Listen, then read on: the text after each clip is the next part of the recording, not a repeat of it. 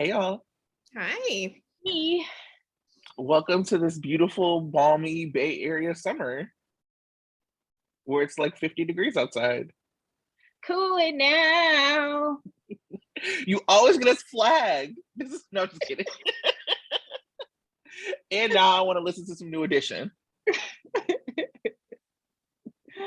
It never rains in South California. It does. It does, y'all. Did I ever tell And you? in Northern California. The first time I went to San Diego, I was like a kid. My brother-in-law was in the Marine, so I was like in Oceanside. And I was like there, and it started raining. And I looked at my sister, and I was like, "They lied." And she's like, "What are you talking about?" And I was like, "It's raining." And I heard it never rained here. And she was like, "I gotta go. Like you're you're done here." I was like, "No, I thought it just literally never rained in Southern California." Anyway, here we are showing our age. I'm like over here thinking Tony was law. Other than that, how are y'all doing? Chilling like a villain. Very excited for this extra day off tomorrow, and that's all it is to me. So here we are. Sure. Yeah.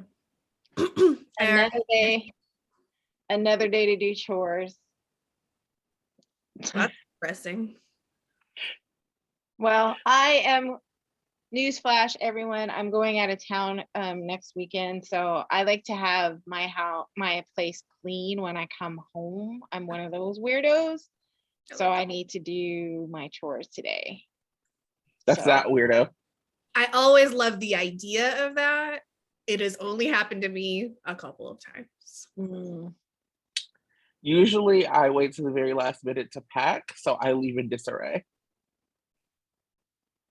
Oh, I'll do last minute packing, but my place will be spotless. So no, I'm usually looking for something, so I have like, even if I've cleaned something, I'm like throwing things around, like trying to find my keys or my phone. Like I'm a mess. Anyway. I watched Stranger Things. Oh yeah. I've not watched it yet. I'm very behind. The last 3 episodes were like feature-length films. It was very extra. Like the last episode was 2.5 hours long. We're talking like Lord of the Rings, like Harry Potter long. Wow. And I still felt like I missed things. I don't know. And I rewatched it. It didn't help. I was definitely overserved while watching it both times. But I love referring to myself as overserved while I'm in the house, because like, who would have overserved me? You overserved yourself. Why didn't someone teach me better? This is somehow my parents' fault. Overserved. Yes. So somehow my parents' fault. I blame them for everything, actually. They raised me wrong. Ooh, well, speaking of parents raising people wrong, are you ready to get into GH this week?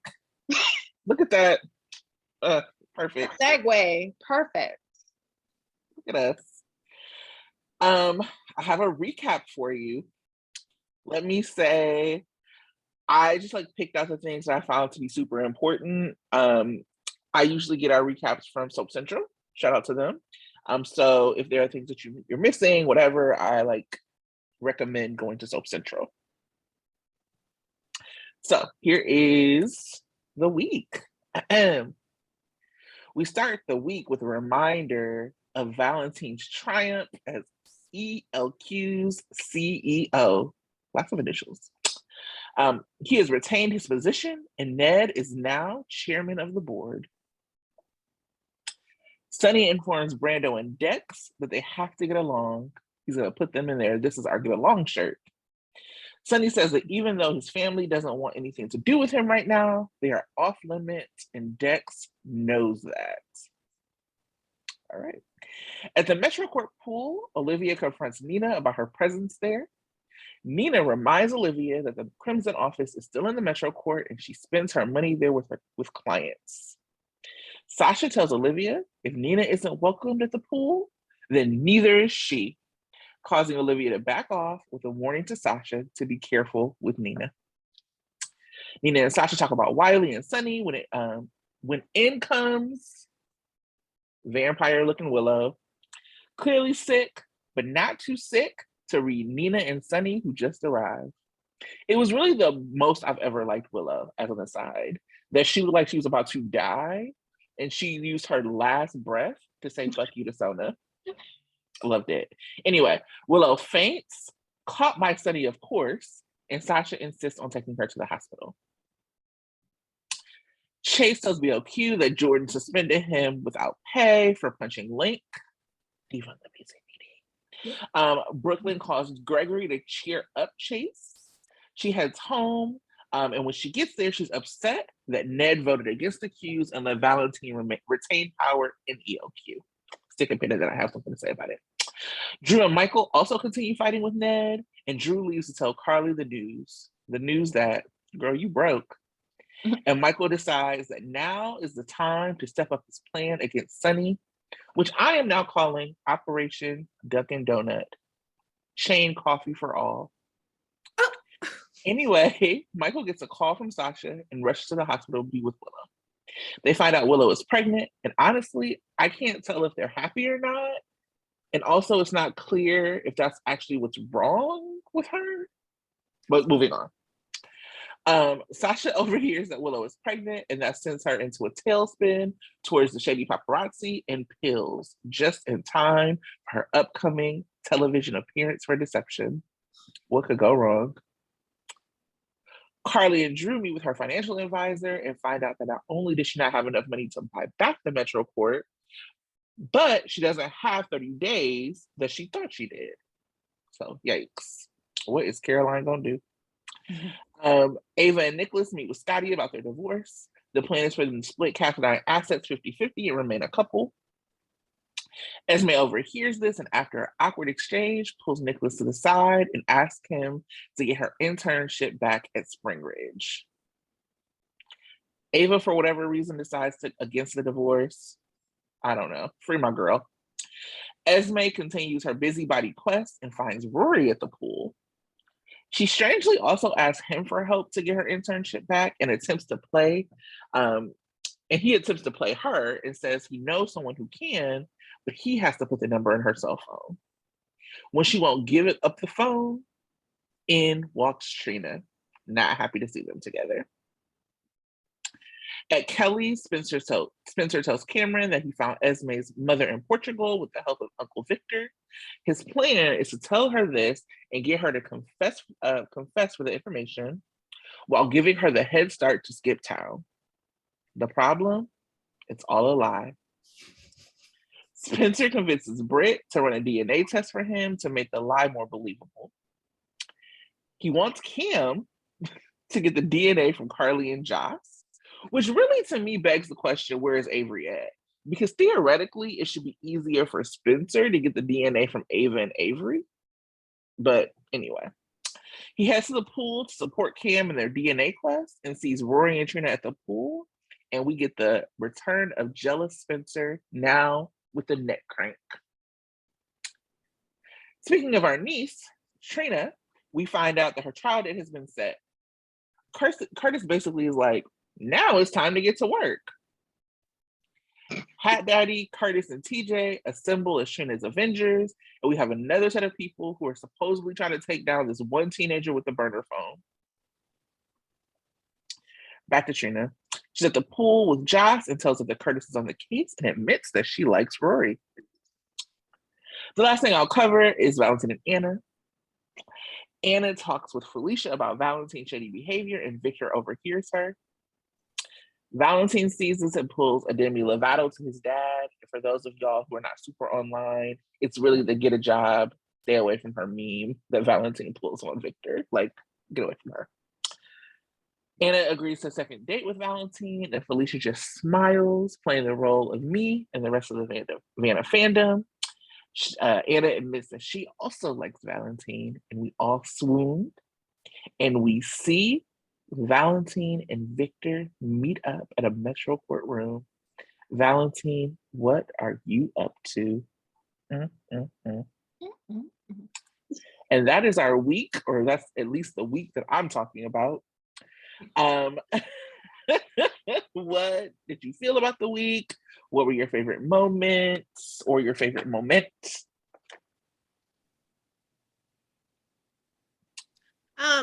Did Ava didn't decide against the divorce, did she?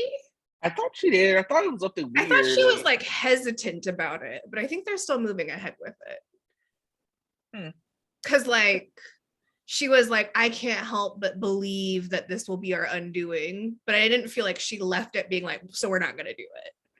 Mhm. I mean, you rewatched more recently than I have, so you are probably very right.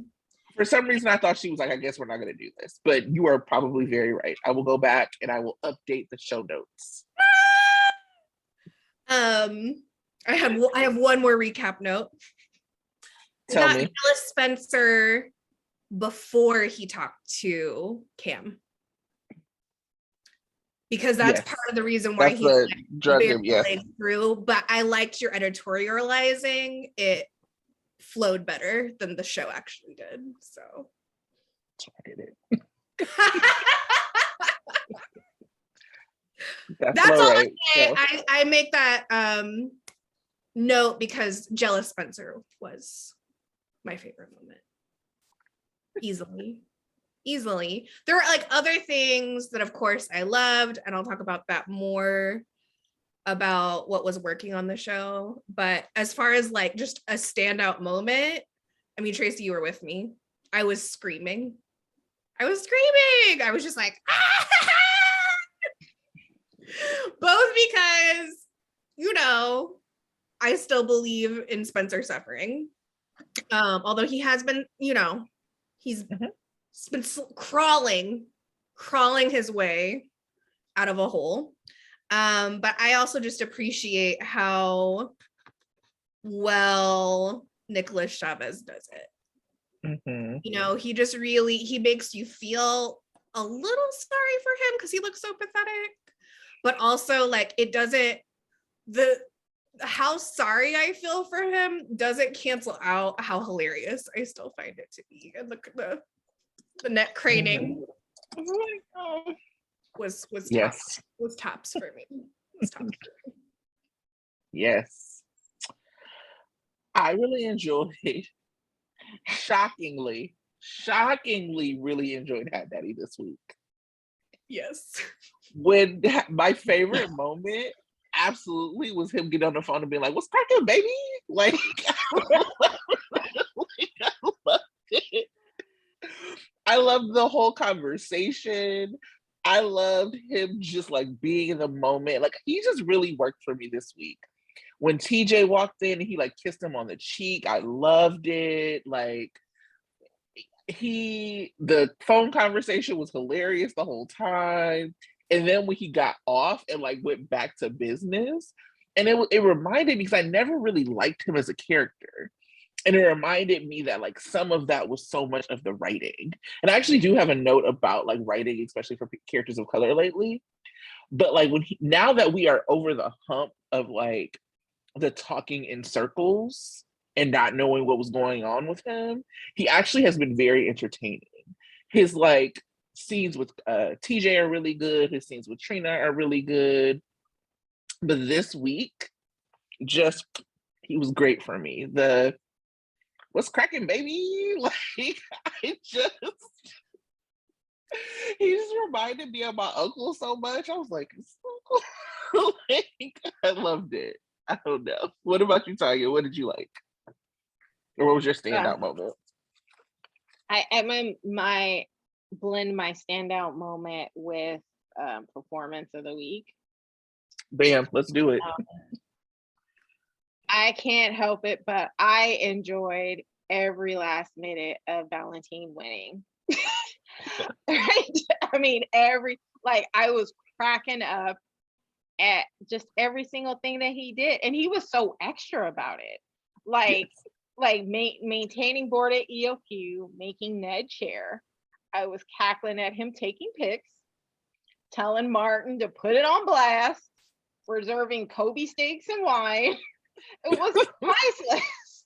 The only thing that would have made it better if it was revealed that he owned Stillwater and now half of MetroCorp. I mean, I would have screamed. I would have been like, it's possible. it's still possible, but it would have been better if it was all revealed on that same day, blow after blow after blow, and then Carly realizing, or Carly's, CPA telling her, yeah, you can't afford to even buy this. And then Valentine walking in and being like, yeah, you can't afford it because I'm about to sell, or something like that. It would have been like the coup de grace. But anyway, I enjoyed all of it, and it made me, reminding me of the fun side of Valentine and how petty he can be, and I loved it. And so that for me was the highlight of my week. It was priceless. And how well he made Michael and Drew feel like idiots. I mean, they just totally, fell for everything in their hubris and thinking their plan was on point and that everything was just going to fall together and perfectly. The crestfallen face and the disbelief, being mad at Ned, which they shouldn't have been really mad, because every offer that they gave him, he was just like, no, this is not going to work for me. They should not have been surprised. They really shouldn't have. But I almost feel like they gave some good arguments of why Ned was wrong, but it didn't matter. They shouldn't have been so confident that Ned was going to vote with them, I don't think. So all of that together just made my day. So Monday was the highlight of the week for me.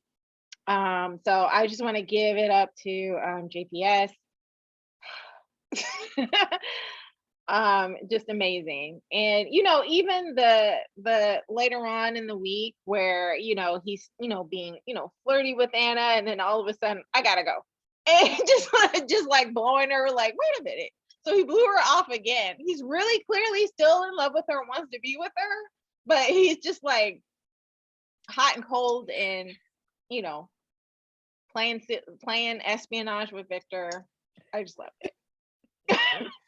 Because one thing about Valentine is he is in love with Anna. Okay, yeah, that's a it. constant.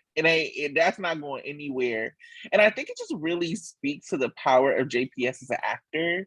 I was like in a Twitter Spaces yesterday, and I was like talking to somebody who hadn't watched like the Nicholas like fake death and like Valentine and Charlotte and Lulu.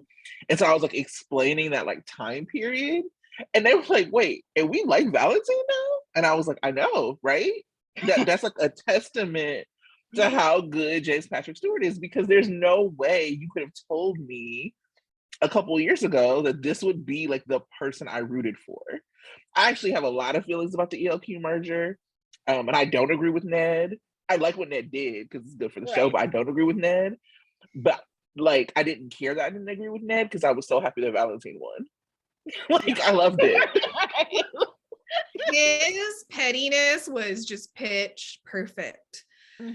Oh, and make sure to CC the obituary columns, because the ELQ merger is dead.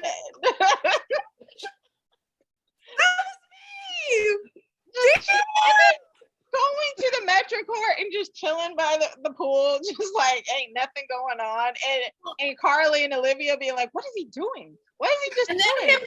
Him coming back and rolling up to Joss and Carly and giving Carly his order. The waitress.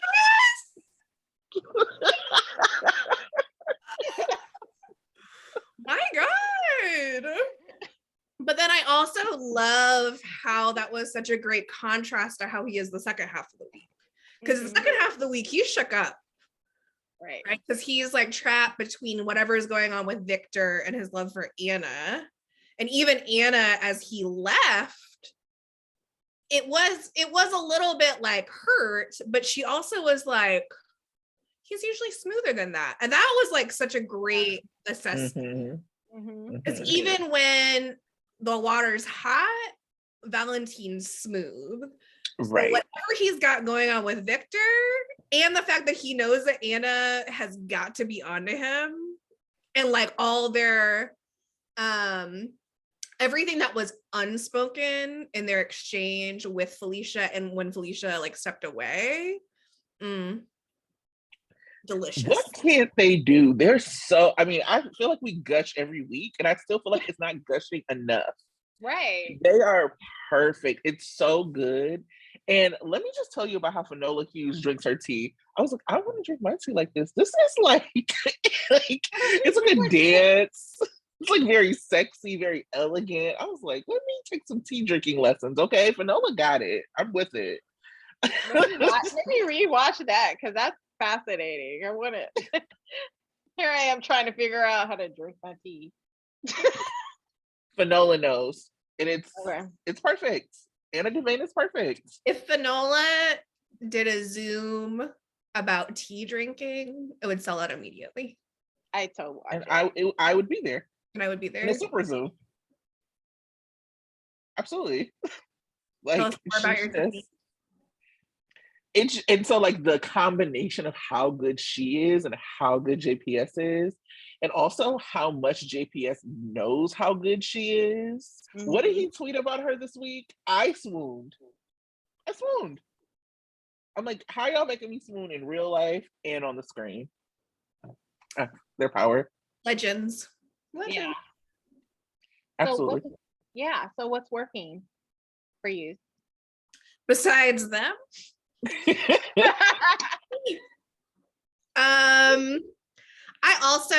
I am appreciating seeing movement in the sex tape storyline, because like the first thing that I thought was working the best was Valentine, and then the next, that was kind of like the next level for me. I don't know how many times I've just randomly exclaimed, "What's cracking, baby?" just to like cheer myself up. I loved the Ashfords mobilizing for Trina. Now are we behind schedule? Absolutely. But this is like me holding my critique of that storyline and focusing on what I did like. I loved TJ and Curtis's reaction to Marshall and being like, what? TJ was like, most grandfathers read bedtime stories, and here you are, like, you know, networking in the black market, trying to get my would-be cousin free. And I'm so glad TJ is like part of this storyline. Like, their little huddle was so goofy. Like, at first I was like, these three, and by the end of the episode I was like, okay, you know what, I can get behind this team up. It's a little goofy, but I'll take it. I also liked the Spencer and Brad part of those Spencer, Brad, Britt scenes. I thought that was really funny. I was like, oh, we've never seen like Perry and Nicholas together before. So I liked that. It's like one of those moments where I'm like, oh, two faves interacting. I love the, I need your help with my girlfriend, and Brad saying, okay, that sentence has never been said about me before. Color me intrigued. Great moment. And in general, like, I appreciate what I do appreciate about like Spencer's plan, his non-plan plan, which is becoming more planny, is that it's more, I said it's becoming more planny. It would have to. It couldn't be less. But that he's kind of like Nicholas Chavez is walking the line between being like fully Cassadine and being like entitled and ridiculous and privileged, and also that vulnerability and love for Trina that drives his actions. Like his apology to Britt, although she was kind of wild in that conversation. I appreciated that. I love how him trying to explain Esme's abandonment issues to Britt, and he's just like almost like going through these talking points in his head that he's memorized about Esme, and he clearly doesn't believe them and does not give a shit. Like, he's like, you know, like, I'm not a therapist, but I guess she's like this because she's been abandoned, am I right? Anyway, moving on. This is what I need from you. And then finally, the cousins. Laura's sweet, simple, chaotic grandsons. I loved Spencer scamming Cam and raiding the Kelly's kitchen. That was hilarious. Well, they started to lose me a little bit with the plan because there's about 20 different ways that this is not going to work. Like, you know, it was funny, but you know, I think scamming Cameron might be a little bit easier than scamming Esme. I did appreciate how my child is a born delegator. He said, "Hit me up when you've done your task, Cameron." And Cam said, "Hold on, it's my turn to be chaotic. And why don't we actually use the fact that everyone hates you to create a distraction?" So I will say I left their scenes like, it's not what I wanted for this, I actually didn't want this storyline at all, but I appreciate where it's shifting. You can tell that it's picking up, that we're finally going to get at least to the other side of this piece of it. And then, of course, you know, we already talked about this. Jealous Spencer. Wonderful. Always good. If it wasn't the literal close of the week, it was like spiritually the close. Every week should close with miserable, jealous Spencer. Yeah. 100%. I have something about Cam and Spencer, as well as for what was working, and also Kelly Monaco. But so what I'll say about Cam as a character is that I was worried that Cam was gonna go a little bit in the direction of what they did with Michael and why Michael failed. Because I didn't actually I've always liked William, but I didn't really like Cameron as a character, especially when he was at the height of like always getting in trouble, like when he was kind of being used as another part of Franco's story because it wasn't really Elizabeth's story. I was just like, oh, you know, like I could take him or leave him. But ingraining the like teen scene or like the young adult scene now and pairing him with Spencer as his cousin and friend has like done so like wonders for both of their characters. Especially for Cam, because he gets to be like part of like the young adult issues. He gets to like play with people who like very intriguing scenes, very like not overly emotional, like the emotions are right on point. And I liked his stuff with Roger. I don't want to say that that's not like the case, but he started to lose me a little bit when he pulled the gun on Jordan, all that, like he was like losing me. Now like I'm back, I'm just like, yep, love Cam. Like, and that wasn't the case a couple of years ago. So I will say that has really worked for me, like that relationship. And it just for me cements why it's important for characters to have friend groups. And it's just like also like why it's unfortunate that like the kind of 20, you know, hot, like upper 20s, 30s crowd is not like a group. They don't hang out. You don't have like Savoy's nights or pool, like whatever. So I just feel like that really works. One of the other things about Nicholas that specifically works about what Nicholas Chavez does with Spencer is this through line I can see from like young Spencer, who endeared me to the character originally, to like what he does now. So like he has completely made the character his own. I don't want to like downplay that, but there are little moments. Sandra, you called out the one where he was like, all right, well, see ya when you get done with this. That was like 100% like a younger Spencer moment that like you could remember, like, yep, I could see the kid who I like loved with Tyler Christopher like doing this now as like an adult. And I really love the points where he like picks that, where you can like actually see not only like the writing of the character, but the behavior of the character being really consistent. And I feel like he's one of the only in that like young adult scene where it is consistent, because like Joss and Cam are not consistent in that way. And some of that is because like Spencer and really Emma were given like really meaty stories as kids. Like they were grieving, they were like carrying story in a way that we don't have kids carrying stories now. Like Violet kind of shows up and they're like, okay, go be cute and like say like a one-liner, but we don't get her like grieving or feeling like bad. Like, you know what I'm saying? Like she's not grieved Hayden for real. She hasn't really grieved losing the relationship with Anna. She's really been there to be like very adorable and prop these men around her. And so I've just really enjoyed like seeing the kind of lineage of the Spencer character grow through Nicholas. And then finally, Kelly Monaco is just working for me.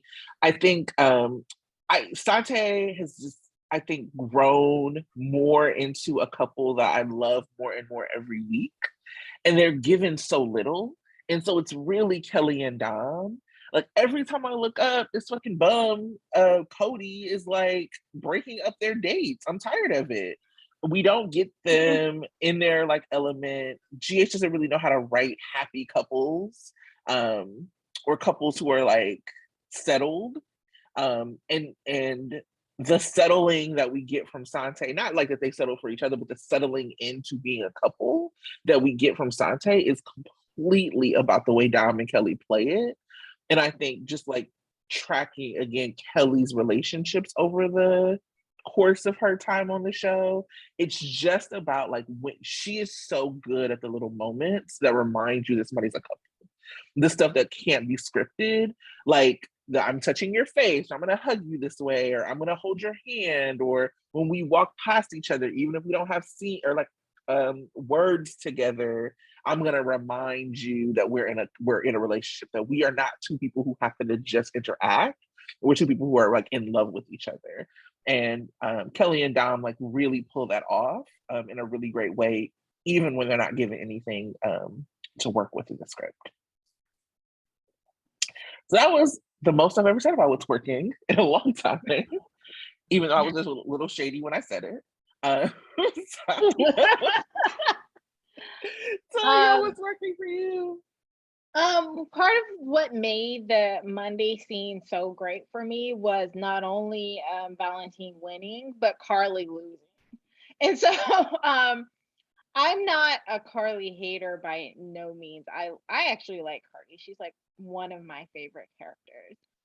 There was a columnist, which I happened to run across. His name is Alan Sarapa, I guess, some white dude with some really weird blonde hair. He has this really weird face on his Twitter handle. It's weird.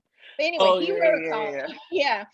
He wrote a column. Yeah, he wrote a column about, GH making like Carly just overload. And I really kind of actually liked his explanation, because he said, Laura Wright just made sure that she had a great contract and had a lot of guarantees, and that's not her fault. She's doing her thing. But that the writers or producers don't really know how to write it so that it seems seamless and not like too much. But also like Carly, I mean, she is kind of the lead, but she's not always, on top. She's not always winning.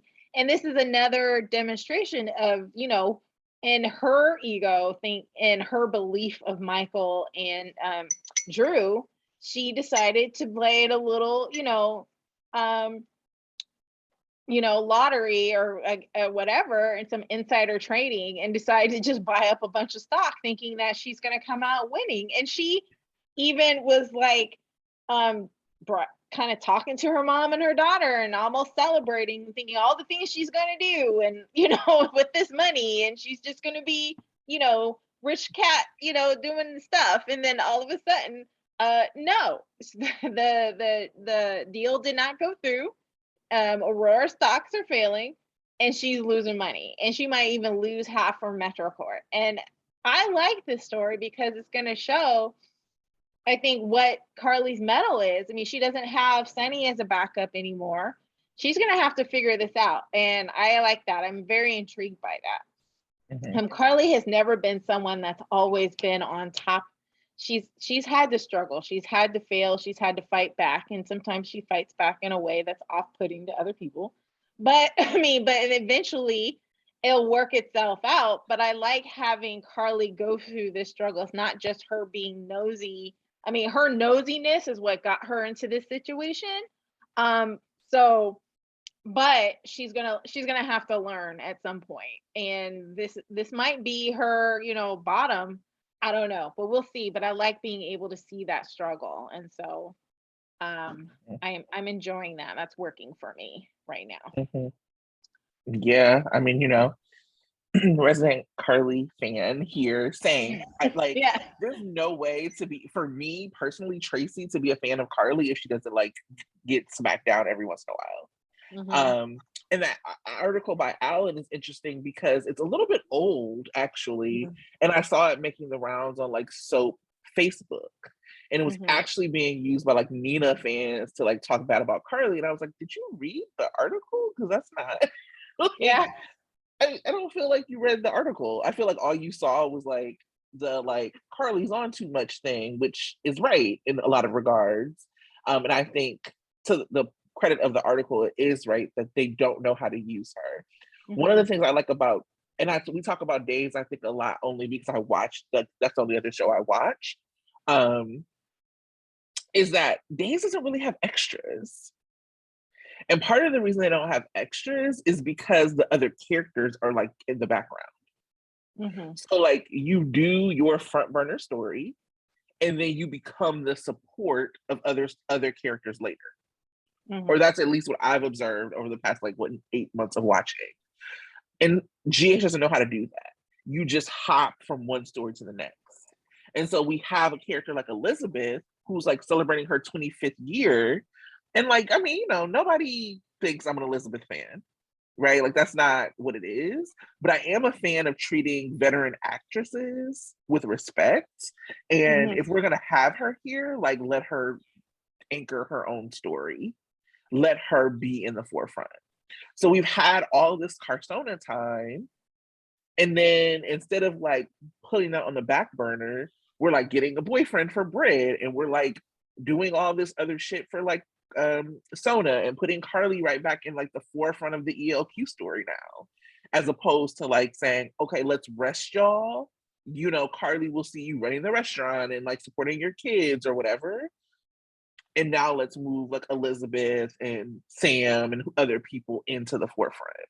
I do think a lot of that gets put on Carly, which is unfair. And I can go into what I think is not working, which is the writing for, I'm sorry, let me back up. Do you have anything to say about what Tanya said? I'm a little caffeinated, y'all. So I'm sorry about that. I'm just I have things to say. Why? I don't think. I mean, I think y'all covered it. Yeah. I mean, I'm Carly neutral. I haven't really been a Carly fan since Sarah Joy Brown. If that tells you anything, my favorite Carly was the craziest Carly. And you loved her. I rewatched it and I was like, she's visceral and I just love her as a performer. And her character was wild. And I think part of Laura's Carly, who I think Laura's is very talented and does a great job. She has her take on Carly, and that's great, but I would like a little bit more suffering. And she is, I think you've brought this up before, Tracy, she's the Carly who has she climbed her way to the top, and she's the Carly that's at the top. And I like scrappy Carly. So I'm looking forward to whenever Joss was do you ever regret not finishing nursing school? I was they're gonna have Carly go to nursing school. Just think about it. I mean, her having to start over, right, is a good story to have. I'd be into that. Yeah. Yeah. I what I don't want to happen is a man saving her. I don't want Sonny to come in and like secretly I don't think she would take anything from him, but like secretly do whatever. I'm okay with Drew like kind of trying to help, considering like, you know, it was about her investment of him, but only kind of. I don't want men bailing her out. That's not what I like, and I don't find men bailing women out to be like romance. That's not what I'm looking for. But what I was going to say is like, so there was like the episode count for June that came out, and the top 3 were Laura Wright, Mo, and Tex Dex and Cody, and I was like, really? That's the top. And it was interesting because so much of the framing was like, they did all this for Carly and now like other actresses don't get a chance. I was like, we have always, since I've watched, Carly, Jason, and Sonny have taken up a lot of screen time. A lot. And so like, we can complain about it. I can't stop anybody from complaining about it. But I think the better complaint is like, why would somebody who is brand new get this much time? And I think it also speaks to like the fact, so I'm thinking about other new characters of color who have been introduced or reintroduced who don't get that. So like there's all this conversation about Rory being boring, which is true. Like he has just been, you know, like, I'm a cop, you know, whatever. Like he's just been boring. And there is something about the fact that it's really difficult for me to look like separate what we know about him being online and like who his character is. There is something to that. And I won't, and I think that if it wasn't for that, I'd be more interested in giving him a little bit more of a chance. But he's still boring, and they haven't, and he's been boring by design. So while we have gotten backstory and relationship with characters that we like for Cody, we've gotten none of that for Rory. It's like you haven't even given this character a chance, and he's coming in to spoil one of your very, very popular like ships that people have been like, you haven't done enough for them anyway. Right. So why would you set up this character? Not about the actor, I don't care about that. Why would you set up this character who you're bringing in as a man of color to like fail when somebody like Cody gets all of this? Like he has been set up but for nothing but success from the beginning. It's the same thing with Jordan. Tanisha Harper is gorgeous. I've talked about it all the time. Like, I mean, otherworldly beautiful. It's wild. Why is this woman like kind of being a dumb cop? I mean, you know, but like, why, like, not good at her job in any respect, like, not helping Trina, not solving anything, like, not even really being in relationship with her kid. TJ's on contract. She's on contract. Why are we not seeing them having lunch and catching up and like her reestablishing herself in relationship with her family? She doesn't really have family anymore except for TJ. Why don't we have her having coffee with Aunt Stella to be like, yeah, you know, y'all aren't together, but I still care about you. You're still family, whatever. Like there's been nothing for her. And so I just like really feel like it's not about just having characters of color, but it's about setting them up for success and like allowing us to establish them in the like Port Charles world. And they just haven't done that. But like Cody gets extremely established like in more episode counts than the people he's supposedly friends with. Because Cody has a higher episode count in June than Dom and Sam or and Kelly, and that's just not working for me. Yeah, I it's like I actually do think like an aggressive approach to introducing a new character is good. The problem is that they're only doing it with Cody. Like when you bring on a new character, they should be on a lot because you're establishing a new story and you're establishing their relationships. The issue is that they don't do it for anyone but like white men who nobody asked for. You know, like I think Rory is a great example. I think with and I agree about everything you said about the character. Like, it is hard to separate the actor from, especially because like we don't have anything else established for Rory at that point. So it was just kind of like, well, you were just getting started and now I have a lot of hesitation, conflict. And his scenes were weird this week. They were very poorly written. And all the scenes around him, which was the annoying part of the sex tape storyline, was that like the Spencer and Cam stuff, hilarious, great, actually like decently written. We can get over how bad the plot is overall, like situated within this bad plot. I was like, okay. I didn't understand why Rory putting Esme on notice was a good thing. It actually seemed really stupid. Yes. I just kept on going, why would you let her know that you're onto her, that you give up all your power in the situation? And why did Esme act like she was surprised that Rory and Trina knew each other? Because she saw them together and she had a little she saw them flirting together at yoga and she had a little moment and she wanted to run and tell Spencer about it immediately. So there were so many things where I was like very confused about, and if I had faith in the writers, I'd be like, it'll make sense eventually. I don't think it will. And then then it like made all of Trina and Joss's follow-up scenes seem strange, because they were like, Trina was sitting there being like, oh, Rory's so smart, and Joss is like, yeah, you're right. And I was like, this is not like gushing about him. Oh my God, Rory. I was like, what the hell is going on? It just made, it's like he looked stupid, and then it made them look stupid for thinking that he was smart when he's clearly like, that was stupid. So I'm just like, so are we making everyone else look stupid so like Spencer looks smarter? Because we actually also don't need to do that either.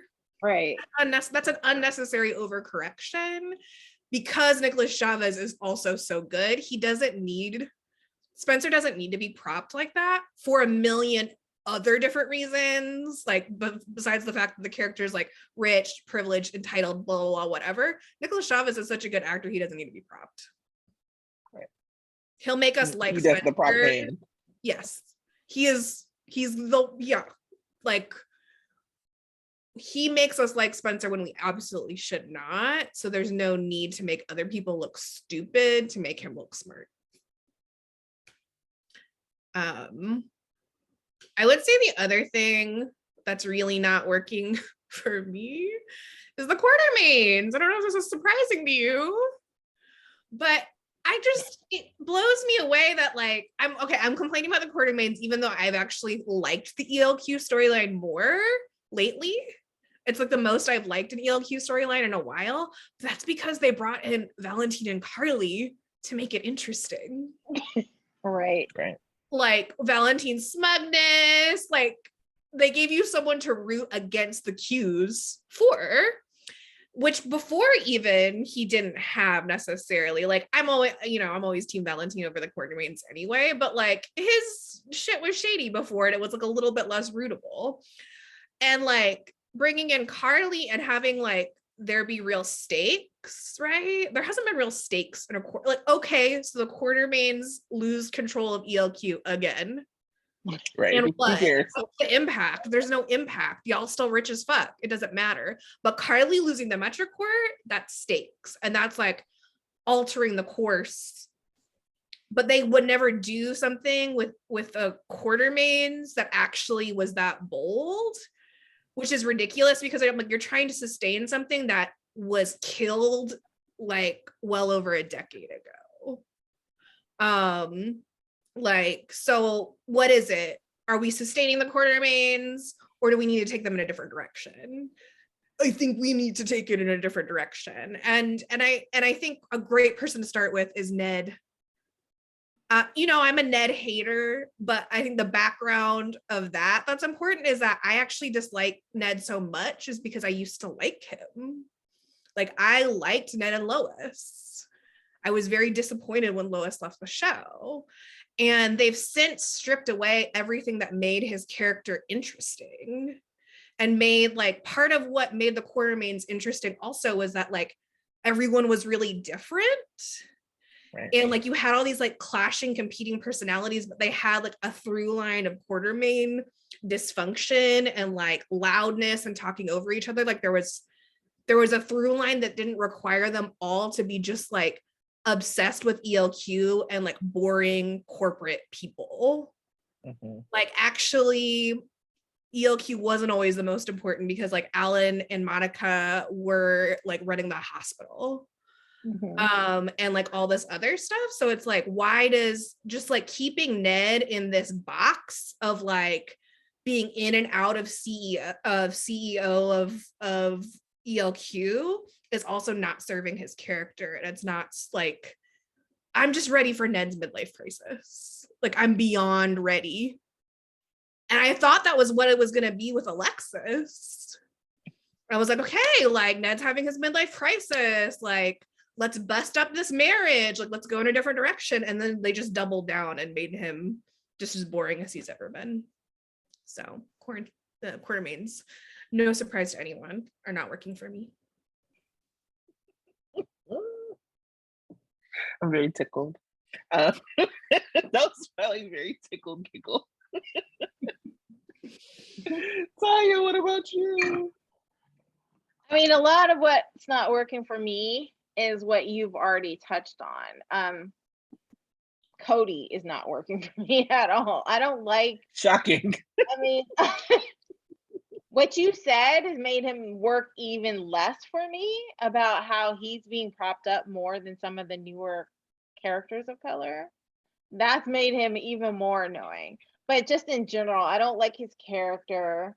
I don't like what his character is doing. Like, just like, I don't understand how Spinelli is being blackmailed by him. Like, I don't understand why Spinelli cares so much that people know he's, you know, the owner of the new dating site. Why does he need to have it be a secret? And why is he letting himself be blackmailed by this, you know, random dude who nobody knows or anything? I don't know, and I don't know enough about what his interest in Brit is. They should have revealed it right away why he cares about Brit being Faison's daughter, but they didn't, and I just don't care now. I don't want to know, and I'm annoyed at, again, how he is the one that's keeping Sante in front of us. Like, Sante should be in front of us, period. He doesn't need to be there. I don't like that either. He's not attractive enough for me to care about him. You know, I'm just like, I don't, like I said last week, he was shirtless and pantless, and I was just like, why? You know, it wasn't even like, Oh my God. You know, I mean, we have all our feelings about Rory and all this stuff, but you know, when he took his shirt off, I was like, but him, like Cody, I was just like, I mean, you know, I'm not interested in him at all, and I'm not interested in him being propped, and so he's not working, and the storylines around him aren't working. Yeah. So boo, I don't like it. And then yeah, I mean, also the Curtis and all of them finally getting involved in Trina's storyline. I mean, yes, it was interesting and entertaining, but all of us just like, you guys could have done this months ago.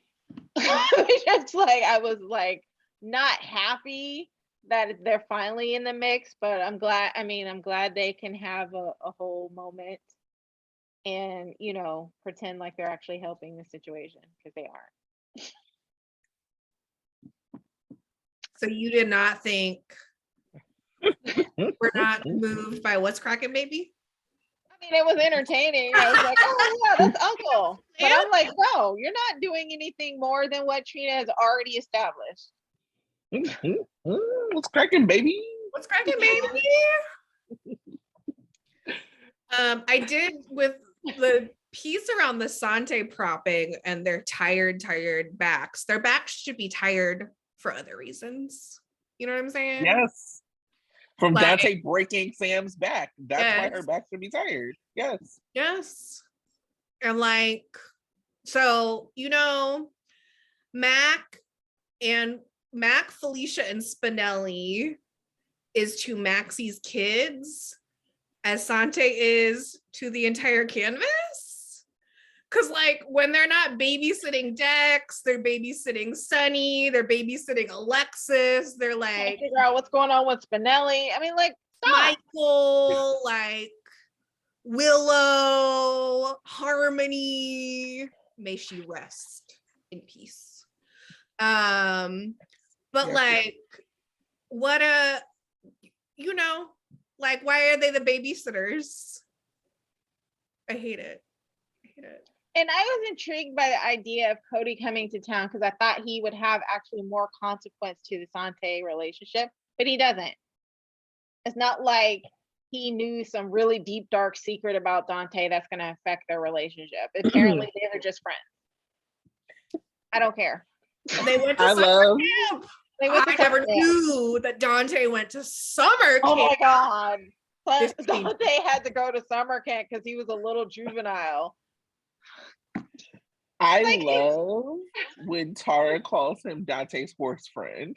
It kills me every time. So now that Ned needs a stable hand, I'm sure that means a porno? Sorry. Please don't ever apologize for that. But I'm sure that means that we will have him being the new stable hand. Sure will. For him to move in with his Bay, the horse. I could have written a better story for Cody. I could have been like, just involved him not being here. It would have all happened. Like, right. He's like Lulu's secret doctor and he's bringing her back. And that would have had some serious consequences for Sante. But how dare you?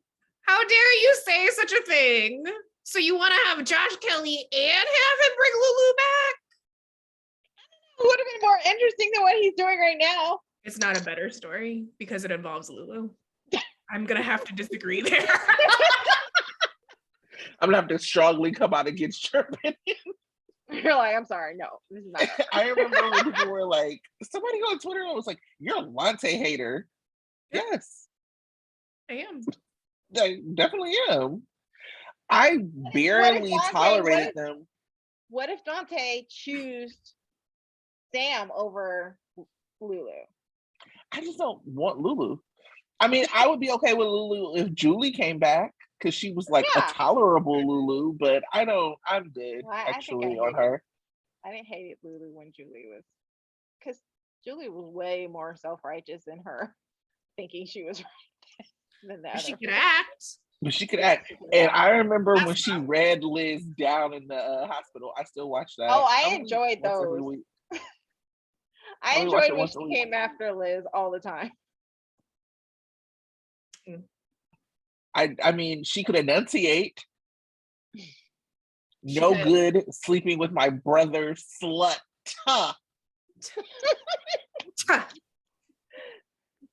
Julie was in the back doing her diction exercises, okay? Yep. She was saying diction is done with the tip of the tongue and the teeth. She did it right. She was like in the elevator, just like getting it ready. Red leather, yellow leather. See? I'm gonna enunciate. And I thought she had good chemistry with Dom. And so like that was like like that was a stake. I did not feel like Emmy had good chemistry with Dom. I didn't like Emmy at all, actually, but I thought she was okay with Dustin. Yeah.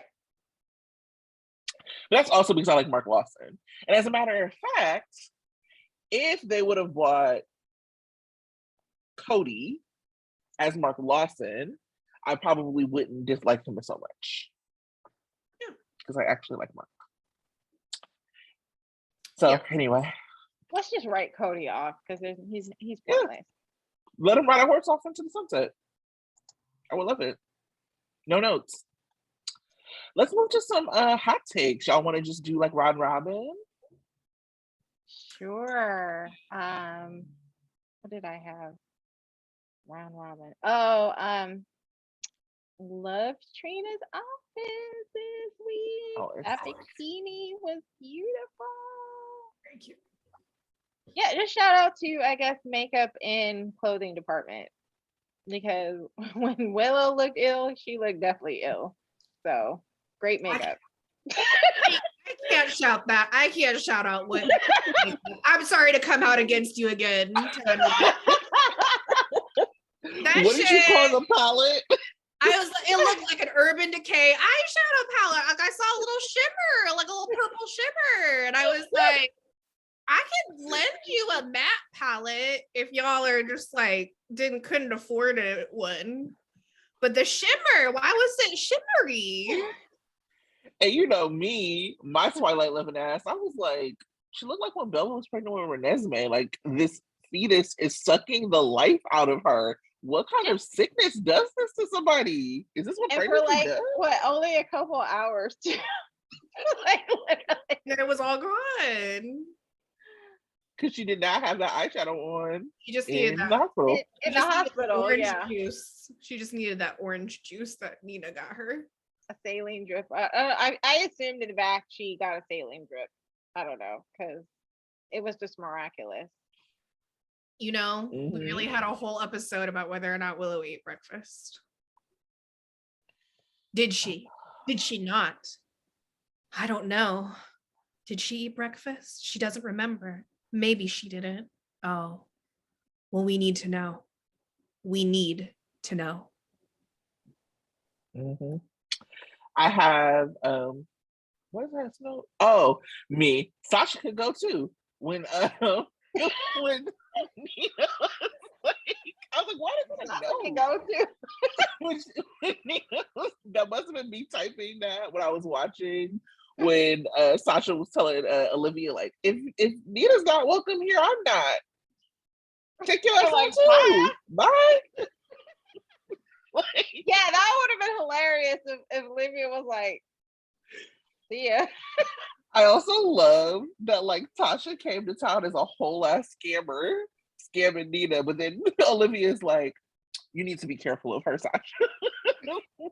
It's because she got money now. True. You can't be turning away wealthy clients. Especially now when her partner's broke as fuck. That part. Mm-hmm. Sandra? Sunny and cousin Dex and Dex. What was that scene? It was just like, okay, like why? I know, whatever. This is me always making everything gay, but like, I swear to God, some of this dialogue in these Dex scenes sound like the beginnings of a gay porno. Like, just well, I know, thank you for giving me a chance.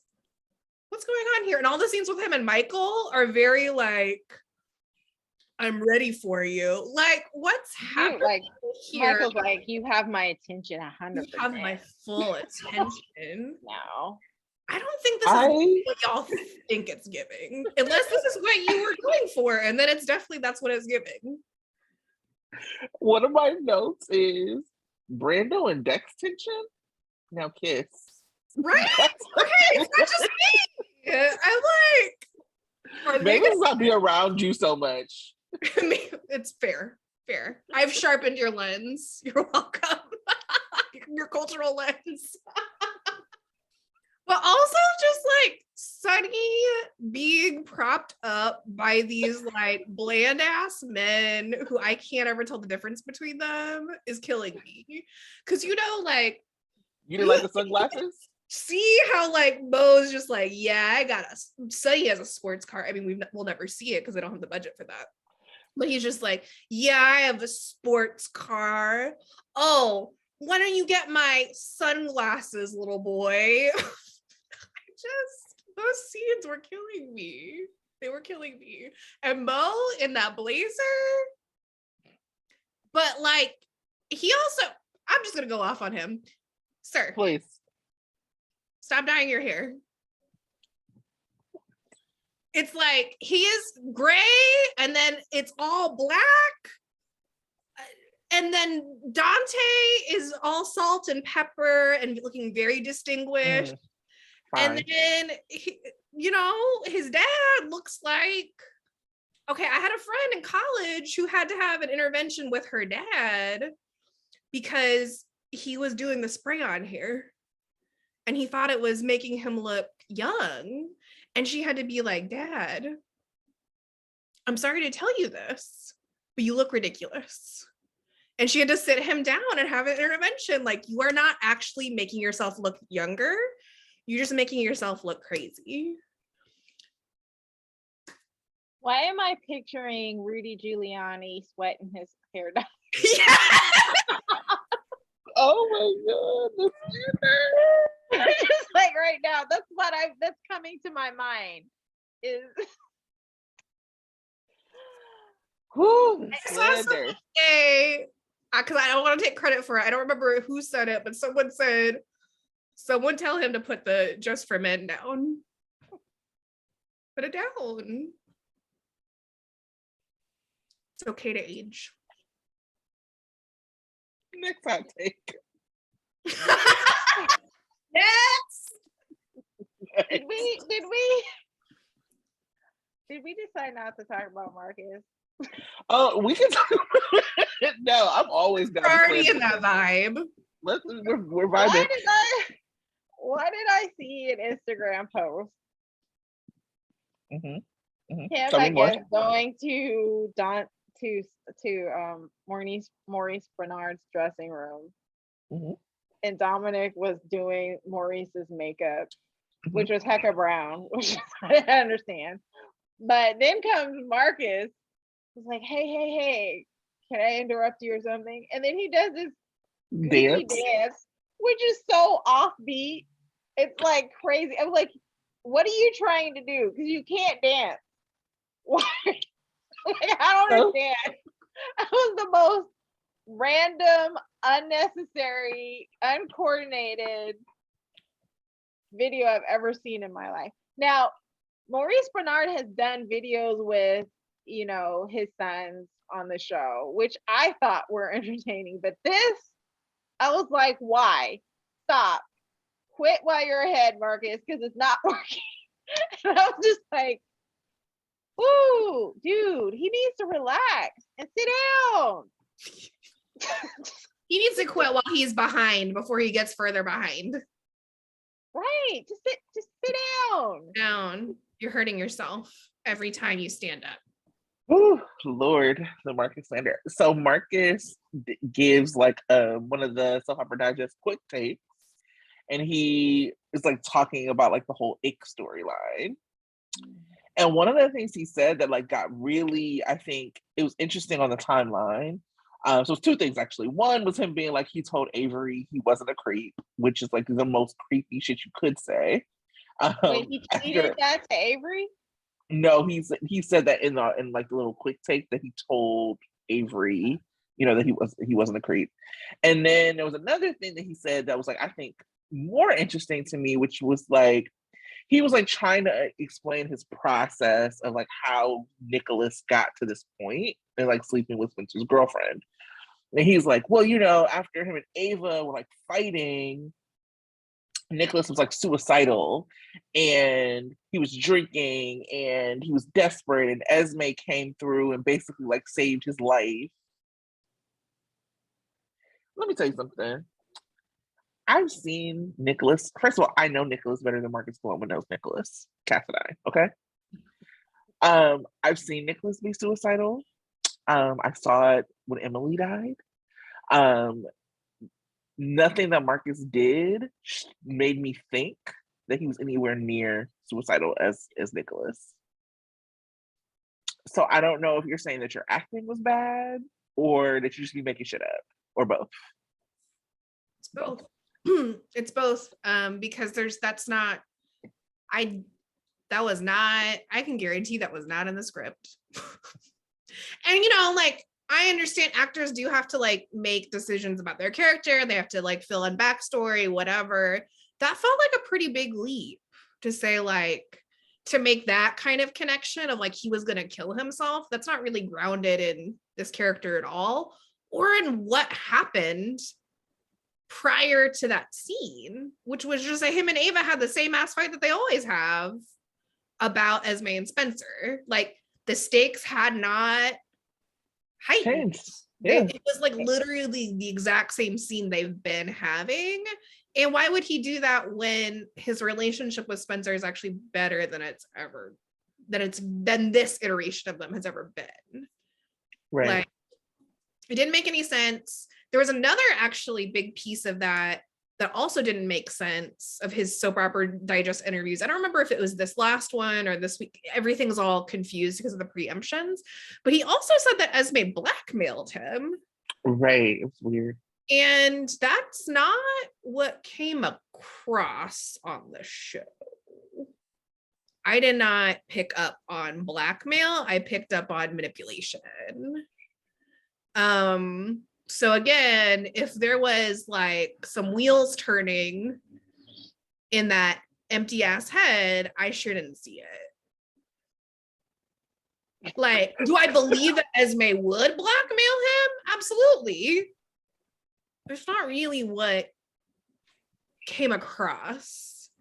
Yeah. And I could even see Tyler's Nicholas being a little amused at being blackmailed by an 18-year-old girl, you know, or like a little like, maybe not take it as personally. I could see that, like, not taking blackmail personally as a Cassadine. I could see that, but like, that's actually just not what happened. So again, Marcus, is there going to be more scenes? Like, is it the preemption, like, cut it off, and so there's going to be like a something else that happens? Those were the scenes. Yeah. Oh, my assumption was that he was gonna go like back and tell her like, "Oh, I can't do anything for you," and she was gonna blackmail him. That's what I thought was gonna happen, based on that spoiler. I mean, I guess it's possible that there are more scenes, but he already agreed to help her, right? Because he was like, "Yeah, I guess I can help you," and she did not pressure him. She was just like, I just need your help, and he was like, okay, I guess I'll help you. So maybe I'm wrong, and there's more scenes that aren't in the previews, but she's in the mix with the teens, as far as I know, the rest of this for Tuesday's episode. So that's interesting, or not interesting, however you think of it. Just, you know, this characterization won't stop me because I can't read. This script won't stop me because I can't read. So weird. Well, you know, just another day. I love that you tweeted. You said the thing that you loved most about his interview was him reminding us this contract was up this year. Yeah, that's my favorite thing he ever said in an interview. I don't remember which one it was because they all kind of blend together in nonsense, but he did confirm in an interview in the last month that his contract is up. Which let me tell you, I've been tracking that since last year. I'm like, when do you start again? Let me start my countdown clock now.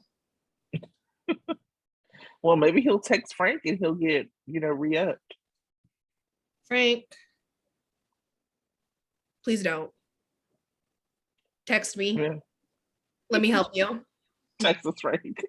This one I will actually do for free. I don't do much for free. I have some ELQ questions. Could Ned not have been chair of the board under Michael and Drew? Was that just not possible? I didn't understand that, because the only thing that Ned retained, he's not CEO, he's not whatever, so he's chairman of the board. Could he not have done that under the two of them, or am I missing something? I guess he could have, but they just didn't offer it. he should have negotiated for it. Mm-hmm. Yeah, I would say that like for the ELQ thing, I mean, again, I love Valentine, so I'm happy he won. I also don't hate Michael and Drew as much as like the timeline does. And so it was like funny to see, like I'm not offended by it, I don't care. But I didn't see it the way a lot of people did. I was like, no, I mean, I liked what happened because it was messy, but I don't think Ned was in the right. And I don't actually think that Ned was acting like a Quartermain. Because that was like another thing that I thought people like, oh, this is like a very Quartermain move. And I was like, giving the company to Cassidy was a Quartermain move? I don't think so. Because it was just all about him. I mean, when he was talking about it with Olivia, he was like, I didn't get what I needed. And that is a Quartermain move. But like giving the company over just like didn't feel I felt like Drew made points that I forgot about. And this is like another really bad writing thing. Because I remember when Cameron Matheson like came back, and the day he came back, Ned cornered him and was like, "So about ELQ?" I was like, "Damn, he just got out of the cave. Let him like he literally just got out of the cave." So I really felt like what Cam Drew was saying was like a point. Like you were the one who asked us to do this. And I felt like Michael and Drew were like cocky and looked very stupid. But I also was like, I don't understand what Valentine gained, or not Valentine, what Ned gained. Like he should have negotiated to be the chairman of the board of like the Aurora ELQ merged whatever, and he still could have been COO if he did it. Like, does that like I feel like I was really confused by that. Like I just didn't feel like I don't feel like he retained more power under Valentine that he couldn't have retained under Michael and Drew. And that wasn't clear to me. And I felt Brooklyn was really right to be mad at him. I thought some of Olivia's comments were a little bit of nonsense. But whatever, I like Olivia more than I like Ned. So whatever, I don't care. But yeah, I didn't understand Ned's decision, and I understand it from a point of like, yes, I liked it because it was messy, but no, I did not like it for his character, if that makes sense. I think the only potential explanation, and this is a stretch, is that if like power is a zero-sum game in corporate America, which seems like it is, the merger would give Drew more power. And so by Drew having more power, it just means Ned has less power in the family. So it's like not just about the position, but it's the fact that Drew would have had so much power over ELQ with the merger. Again, stupid because it's like fighting over, I still don't even know what ELQ does. And he could have negotiated around that. I think that, yeah, the Drew stuff really, like the points that he made, I was like, oh damn, I forgot that actually like Ned was pushing this from the beginning. And then all of a sudden he changed his mind when he saw actually that Drew was stepping up to the plate and actually wanted to be an engaged member of this family. It's one thing when Quartermains are running around and with their stocks being told how to vote. It's another thing when they're like, actually, I'm going to like consolidate power and potentially leave you out of it. But yeah, I thought what Olivia said was fine. I mean, it's no more nonsensical than anything else anyone has said in the storyline. I think my take on it is that folks were raining down on it so hard because it was in support of, not even necessarily in support of Michael and Drew, it was in support of family unity. Now, of course, a lot of things they say about the Quartermains, a lot of things Olivia says about the Quartermains are very strange. But that's also just like the Quartermain characterization is like, what is it anymore. So they can basically Right. say whatever they want at this point because it doesn't really matter. So again, everyone's just kind of speaking nonsense, but like whose nonsense folks align themselves with is just based on their bias, myself included. I have plenty of bias. Same. Like similarly to you, I'm like, I love Olivia way more than Ned. So way more. I can't imagine aligning myself with Ned over Olivia. Sorry, go ahead, Zion. Yeah, I think what resonated with me more about Olivia was when she said that you did not communicate with me. And that was the promise that we made in our marriage and you didn't keep it. So that resonated with me because then she's feeling like, oh my God, I could have warned Carly. That's probably what she's thinking. But yeah. Yeah. Go ahead, Sandra. Oh, I was just gonna say, Brooklyn,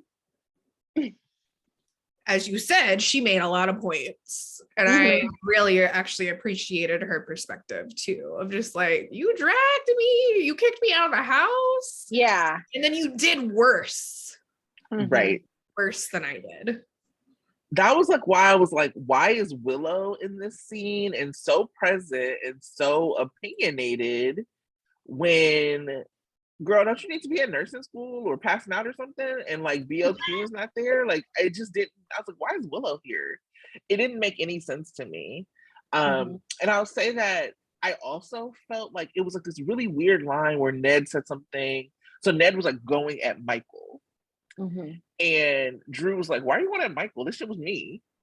And then Ned was like, I don't want to have problems with you. And I was like, well, that feels interesting because Michael had points too. He was like, look, the only time I've ever left this company was to like get my kid, and you lost ELQ when in the interim. And it's interesting to me that they don't bring up that the last time they lost ELQ was to Cassadine because it was to Nicholas. It's just like it's like a, you know, they just don't like to make these connections. And it loses like some of the richness of the story that the story could have. It's just also very hard to imagine this Nicholas. Yeah, God. Taking over ELQ. Such an idiot. He's such an idiot. He couldn't even buy a private prison. Just look colonizer ass. He's so awful. I just like imagine like Ava tying his shoes before he like goes to the office. Okay, honey, have a nice day. Tell me if there's something that's too hard to read.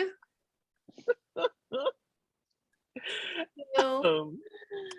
I also thought the comment from Nina being like, they are just over the top with the Sonny loves his family and his family is so mad at him.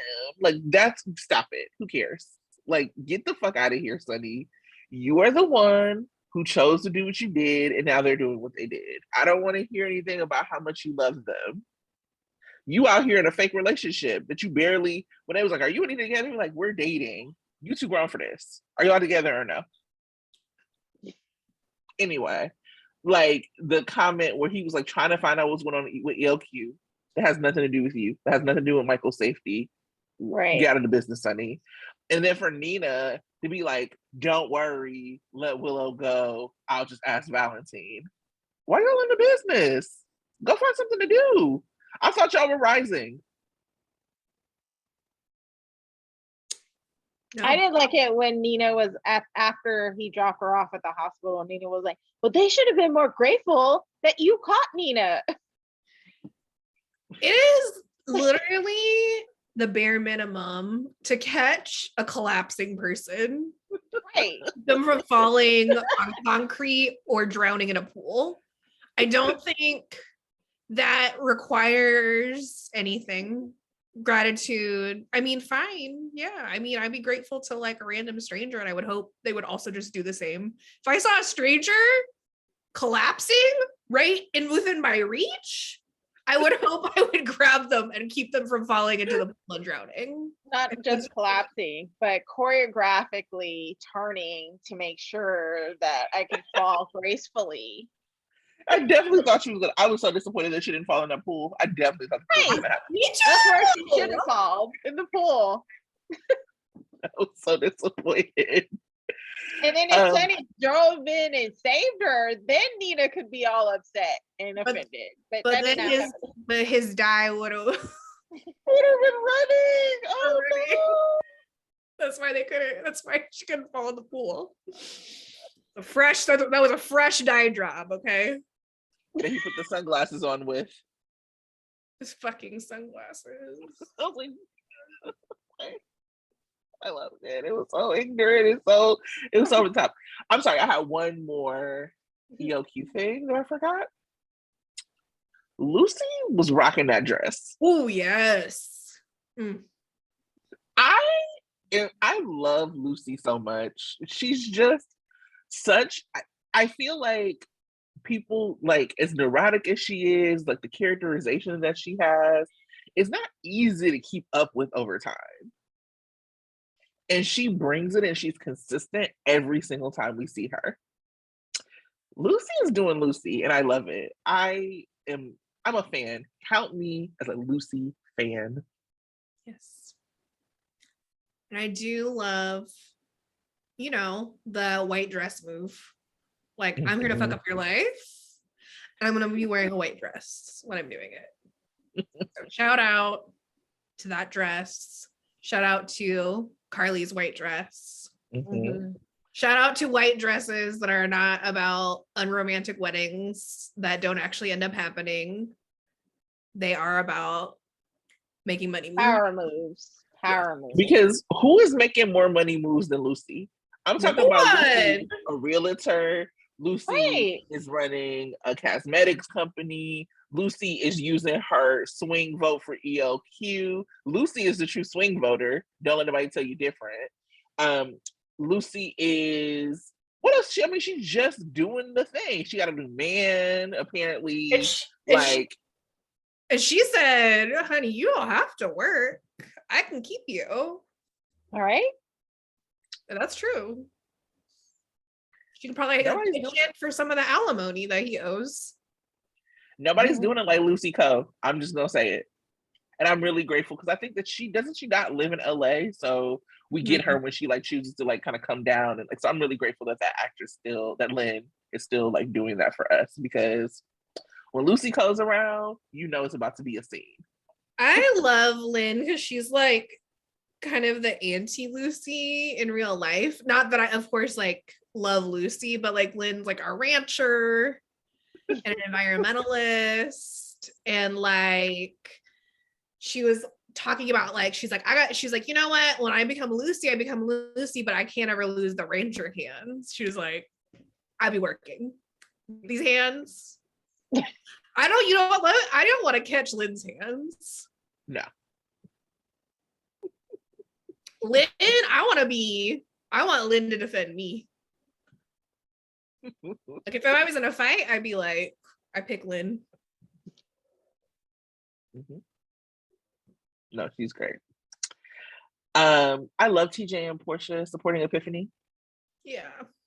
I do wonder where that Juneteenth barbecue was in prayer service. I hope it wasn't in Salem. Because that Juneteenth was a mess. But they did put the white people to work. Let me have a little break for a second to talk about Days. Please fast forward if you don't watch Days. Sorry, Laura, right? Days and Juneteenth, they were clouded. Okay, so they put the Black wedding on Juneteenth. And then somebody, one of the cops who's Black, admitted to murdering an unarmed person. But before all of that, they put all the white characters to work.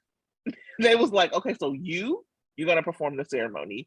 You're gonna cater. You're gonna take pictures. You're gonna make the cake. And I was like, okay, Salem, I see you. Too bad ain't no Black characters getting married no time soon on GH. So, no. Speaking of fast forwarding, I had my first, I'm not really much of a fast forwarder, but I was just doing a quick rewatch this morning and I got through it really fast thanks to the fast forward button.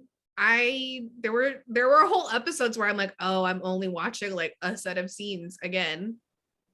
So it gave me a little bit of thrill that some of y'all feel, some of y'all fast forwarders, and I understand it's intoxicating. Intoxicating. I will continue to watch the whole entirety of the episode because that's who I am. But I understand. I started to get really reckless with that fast forward. And I was done in basically an hour and a half. For the week. There was something I tracked, which was like on the Monday episode, there were 4 scenes in a row that were about Milo in some way or another. Yep. And I was like, what the hell is going on? And then it was like a break scene. It was like Chase and Brooklyn. And then it went right back to being a like run of scenes that were about Milo. I was like, my God. Milo is a big part of the reason I made it through the week so fast, to be honest. Because it's like also like nothing happened. So I understand why people fast forward through like whole storylines because you do miss things, obviously. Like people miss important things when you do that. But, really is a calculus over like, yeah, you miss some things, but you do save a lot of time that you'll never get back. Time is all we have. Thanks, Rob.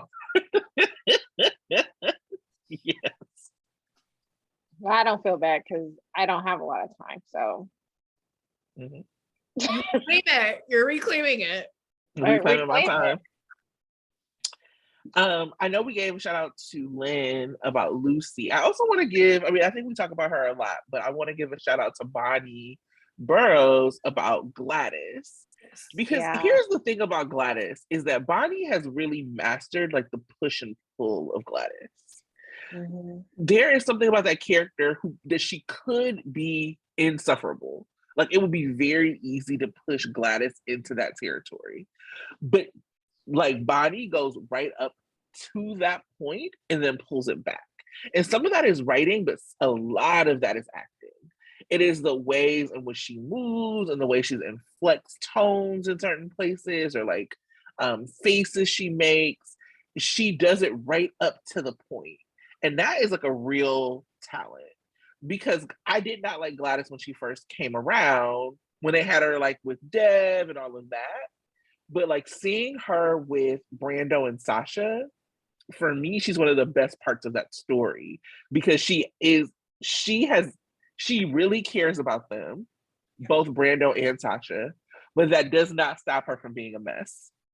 And that is like one of my favorite things. That's like some of my favorite like characterizations of characters where they like are still a mess. You don't lose that edge, but you still really like understand and see their heart through it.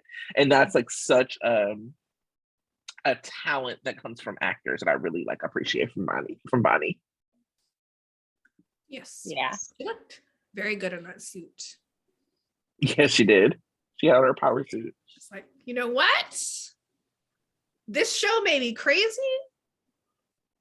but I'm gonna wear a suit and I'm gonna look amazing. Absolutely. Y'all need to give me a raise. I do not need to be working under Brooklyn. She don't. But you know what? I gotta respect someone who's gonna advocate for themselves the way that Gladys advocates for herself. Everyone should be showing up to negotiation tables like Gladys. Like, I would I can break out my lasagna unless Sasha wants to pay for dinner at the Metro Court. Brando was like, I love your lasagna, Mom. Shut the fuck up. I'm like, you know what, Brando? Your wife has some money to burn, okay? Right. And maybe if she would spend some more money on Gladys, she would have less money to burn on pills. Oh my God. Like, why is she want to take random pills? Random pills, girl, right before you had to be on TV? What happened to old girl with the blue hair?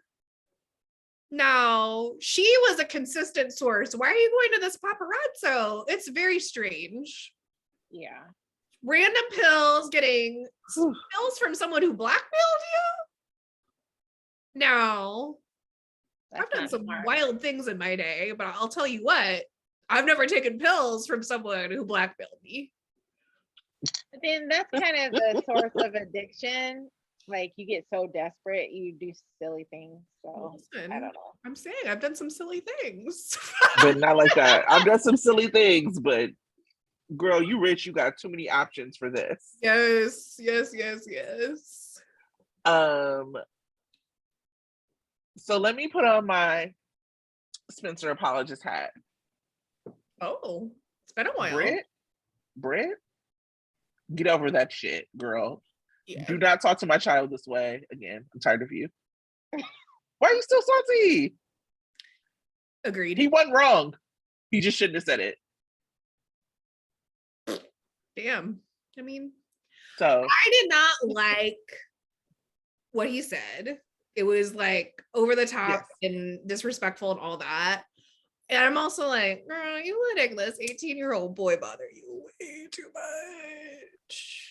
You panini pressed, and I need you to get over it, Brit. Hat off. Yes, it was. It's again just like another thing where I'm like, Brit's character could be so good if they would just stay true to who the character is, right? Yeah. Like, you know, it's the wallowing over Jason, it's the like being good and like self-righteous, but like not being able to forgive Spencer was like felt like such a weird move, like how like seriously she was taking it. I liked the humor that Nicholas brought, like Nicholas Chavez brought to like the delivery, and I liked those aspects of it. It just felt like she was really in her feels about it, and it felt not relatable and not Brit, and it didn't feel like Brit and Spencer. Yeah. Our 2 Emmy Award winners. Yes. I would have liked like a little bit more of like a, you know, I think where she kind of got towards the end of like the you little piece of shit. Okay, fine. But I would have more of that through line throughout, and then like maybe hitting him with like a guilt trip in the middle of that. But like her also coming off hot and being like, oh, I'm gonna kick you out of the Metro Court? Girl, how? You don't own the Metro Court? The Metro Court named after his mama? Right. I mean, it is for sale, but last I checked, you did not bought it. Right. You can't kick him out of the Metro Court. You're gonna have to talk to the new owner. Hospital, that's different. But no. You about to name him after, kick him out of the hotel named after his mama? Girl, bye. Oh, my last thing I'll say about Milo, I have a couple things, but I'm gonna hold them because I don't care that much. I will say that they got to keep Michael and Sasha away from each other. If they like, it was a reminder that like they have way more like there is something about Milo that like they just don't have chemistry. And I don't say that they are a believable couple to me. They're like 2 people who I would like have met at church who are like together and they have like 2 kids. Like I believe it, right?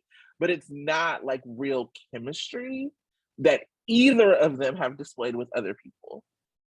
And so seeing Sasha and Michael together was a reminder that their chemistry was better. And so when they did like the couple swap or whatever they were doing with like Chillo, Milo, whatever Michael and Sasha's name was, like it was just a reminder that they did that and it didn't make sense and it didn't really work. Because I don't want that for my girl Sasha, but Sasha and Michael definitely have more chemistry than Milo.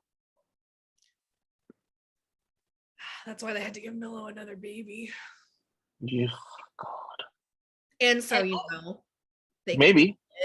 Yeah. Because I was also that's not why Willow's sick. No. She don't I need was some al- Nina bone marrow or something. yeah, I was also confused about whether or not they actually wanted the baby. Yeah. 'Cause they like even when Willow found out, she's like, "Oh, okay," and then Michael was like, "Oh," and then was like, "Oh, but you're having a baby." I was like, Willow said, I never wanted anything more in my life. You never wanted anything more in your life than having Michael's baby? What a sad life. well, no, I mean, they can have, I mean, I'm okay with having the baby, but she never talked about like prior to, like, oh, we should start getting pregnant. Oh, let's get married. Oh, she's been holding back on everything. And now all of a sudden she wants the baby. I don't even mean that. I just mean like her just being like, I never wanted anything more. I know, I got Having I was just like, Never? Yikes.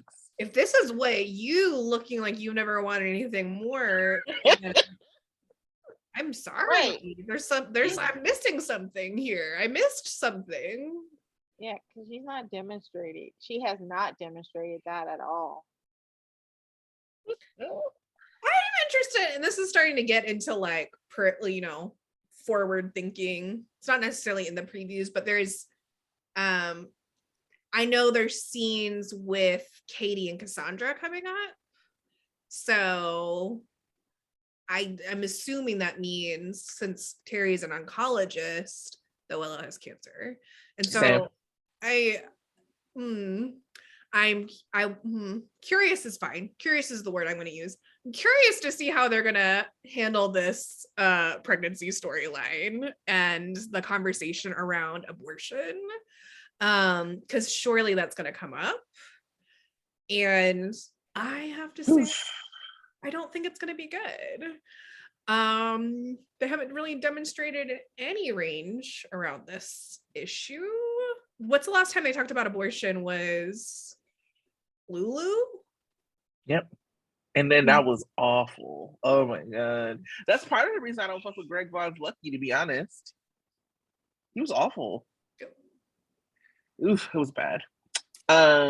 Yeah, I agree. I'm assuming that she's gonna have cancer. I'm assuming that's why I'm like, it's very much giving Bella and Renesmee.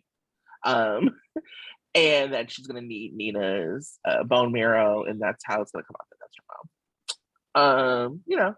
Typical soap shit. Victor slandering Scott, inject that shit in my veins. I loved it.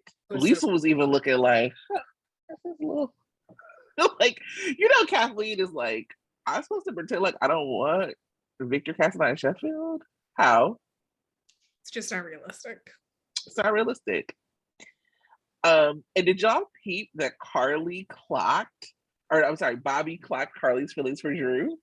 Yes. I loved it. Like, and I loved it from the Laura episode too. Like, don't ever forget that Bobby is a messy bitch who lives for drama, and I love that about her.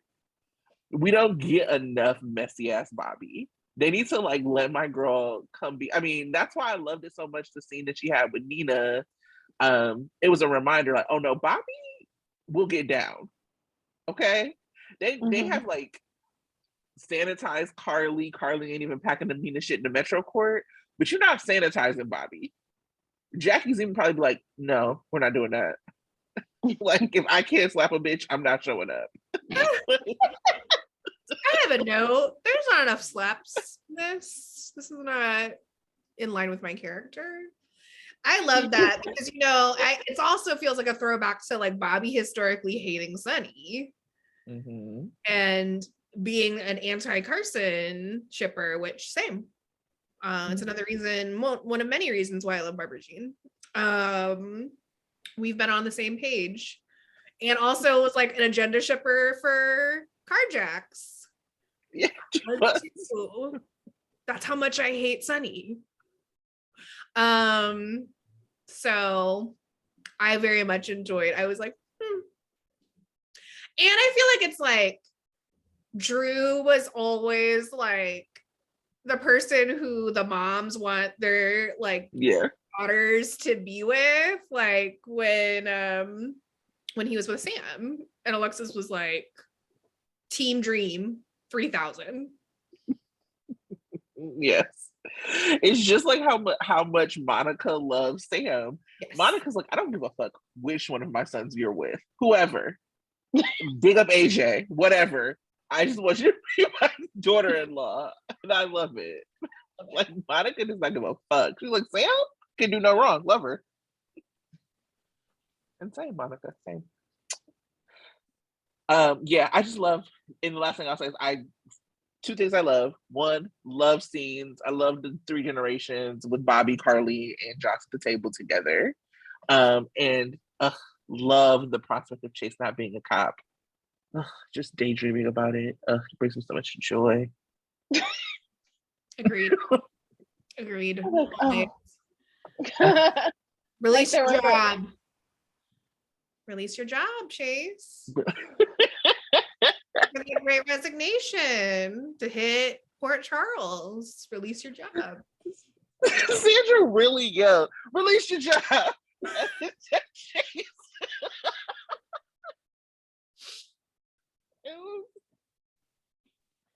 I also really loved when, you know, Bobby and Carly were reminiscing about how bad they used to be. And Bobby was like, oh, but you know, no late nights and sleazy bars for you. And Joss was like, right? She was like, actually. But unlike Trina, she did not confess. She was like, let me channel Caroline Benson and keep this to myself. Which is a good strategy. Although Jocelyn seems to be pretty unable to keep anything else to herself, but I digress. You know what? I just saw something. I'll tell y'all when we're not recording. Whew, I have nothing else. It just. Hey. Uh-oh. Let's go ahead and talk about next week then. Let's go ahead and do that. Okay. So where to begin? Well, Monday is a Thanksgiving throwback episode. Wish it was the Cassadine Thanksgiving, but it will be featuring Sante heavily, so cute. I love those like Thanksgiving Sante scenes are some of my favorites, so I will be watching that. In fact, the rest of the week feels like there's a lot and nothing going on. Or like there's just like a lot going on in a lot of different storylines. So in the past, it's felt like there's been like kind of 4 to 5 core stories, and it was pretty easy to categorize things, but I actually have things in a lot of different categories. I'm having to get really creative about what I'm naming storylines, so bear with me.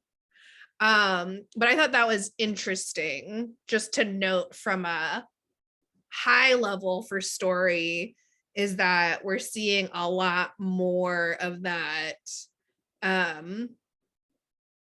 diversity in story, and not diversity with a lowercase d.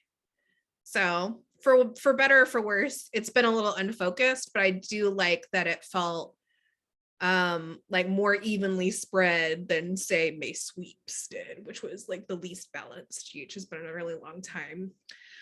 So we're gonna start with with the least favorite, which is ELQ Wiley's Adults, which is it's not the least favorite, because that's actually what we'll talk about following this, which is Truck Nuts, but it's the least favorite of the major storylines. So ELQ Wiley's Adults on Tuesday. Drew has a business proposition for Nina. Carly is evasive when she crosses with Sunny. On Wednesday, Sunny presses Nina on what's wrong. Cody interrupts Michael and Willow at the Quartermain stables. Drew explains to Carly. And then, that's it for them for the week. So it's Monday, or rather just Tuesday and Wednesday is like the more emphasis on ELQ and the Quartermains. Then Pillamina and Deception. On Tuesday, things don't go as planned. Surprise. Turns out things don't go as planned when you take random pills, especially before going away. Things don't go as planned when Maxie, Lucy, and Sasha arrive for her appearance on the Home and Heart channel. Followed by Wednesday, Brando makes a tough decision regarding Sasha. And then, they just drop off again. Another time she'll lose some agency, I'm sure. Can I just also interject? I was super triggered when they changed Sasha's remarks in the middle. I was like, this has happened to me too, Sasha, even when I wasn't high. Yes. No, I memorized my shit. You gonna change it? I agree. And Lucy and Maxie were stressing me the fuck out. And I wasn't the one giving the presentation. But it just has to be perfect. Just be yourself.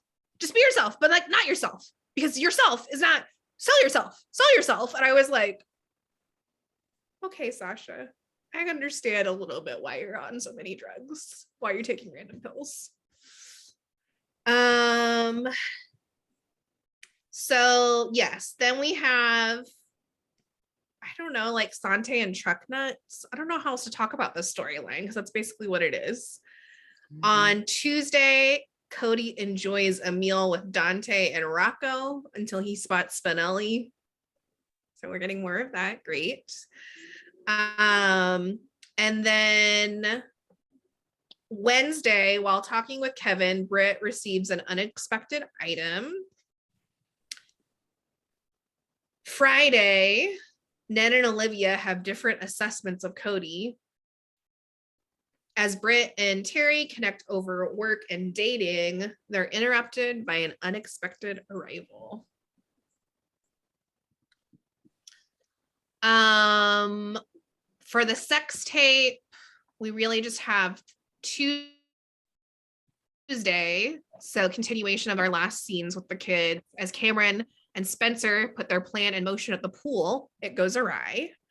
So there will end up being an altercation between Esme, Joss, and Trina. We'll see if Cameron's able to get the DNA that he's after. I think it'll be really funny if he gets someone else's DNA.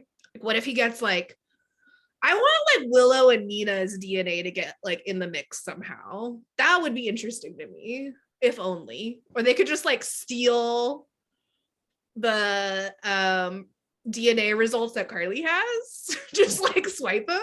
That would be cool. Anyway, story continuity. For Chillin, we see them on Thursday. Chase refutes Finn's assertion, and Ned thinks he knows what's upsetting Brooklyn. And then on Friday, Chillin agree to talk. In bed? Huh? In bed? Right. No. Are they planning a bed session? In bed? On a soap opera? I don't know what to call Alexis and Gregory's storyline. I'm torn between old straight white people and Alexis and Professor Mansplain. So please let us know in the comments which you would prefer me to use moving forward. I would like to call it Sean's reparations, because the reparations that Sean got for being falsely imprisoned are now being used to further Alexis and Gregory. I just don't want to associate Sean with this awful storyline. Yeah, true. True. Just reparations. I don't want reparations to be associated with this storyline. I don't want Sean to be associated either. Let's keep a positive association with both. Fair. Yeah. On Thursday, Alexis asks Gregory why he hasn't accepted her challenge. And on Friday, Alexis and Gregory verbally spar. Shocking. And then finally, we have, I saved the best for last, as I try to do. Vanna and the vets. Yeah. So Laura expresses concern about Anna's relationship with Valentine while he meets with Victor in the park. And on Friday, having overheard Anna place a call, Victor confronts her. Laura is worried about Valentine's request. So we're also getting Laura and Valentine, which is a fave. Yeah. Those two crazy kids have come very far. Yes, they have. God, I love Valentine, and I really loved when it was like on site with Laura every time. Yes. Yes. Well, that is certainly a week. It is. It's very all over the place week. I think some of that also has to do with preemptions. Why it feels so disjointed, but you know what? I'll take a bunch of random storylines over like May sweeps, like adults block nonstop. So I think we might have another preemption next week too. Probably. I think it's like on Tuesday actually. I finally created a doc with just all the spoilers so I can shift the dates around, because let me tell you, it hasn't been as smooth putting this together. Although in some ways it's been easier because I can just copy and paste some of the breakdown from last week. Right. Well, y'all, that is the week. I had so much fun recording with y'all today. I mean, I always have fun, but today just felt really fun. I don't know what it was. Yeah. I have nothing else to close us out with, but have a good rest of your day. Yeah. Have a good Bye. one. Bye.